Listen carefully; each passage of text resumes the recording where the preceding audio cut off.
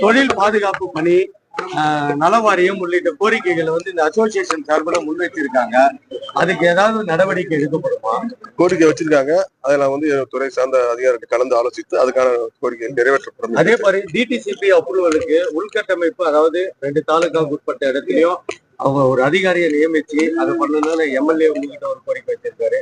அது குறித்து எம்எல்ஏ எனக்கு மனுவா கேட்டிருக்காங்க. அந்த மனுவை வாங்கி பரிசீலனை பண்ணி அதுக்கான உத்தரவை வழங்கப்படும் என்பதை தெரிவித்தார். வேலூர் அலமல் ரங்காபுரத்துல 23 ஏக்கரா எங்களுக்கு விடுவிப்பு செய்யல அப்படின்னு சொல்லிட்டு ஒரு மாதமா போராட்டம் நடத்திட்டு இருக்காங்க. 90ல இருந்து அவங்களுடைய ஆர்ப்பாட்டம் அவங்க நடத்திட்டே இருக்காங்க. அவர் என்னை பார்த்தாரு, அவருக்கு அதுக்கான கோரிக்கை எங்க வைத்தாரு. நேற்று என்னை சர்க்குலர்ஸ் பார்த்து இந்த கோரிக்கை மனு எனக்கு 2 குறிப்பிட்ட தலைமுறையாவே எங்களுக்கு அது பிரச்சனை இருக்குன்னு சொன்னாரு.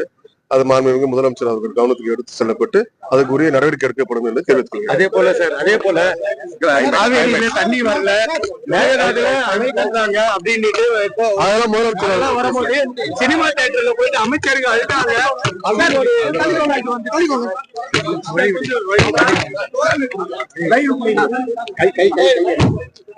சார் ஒரே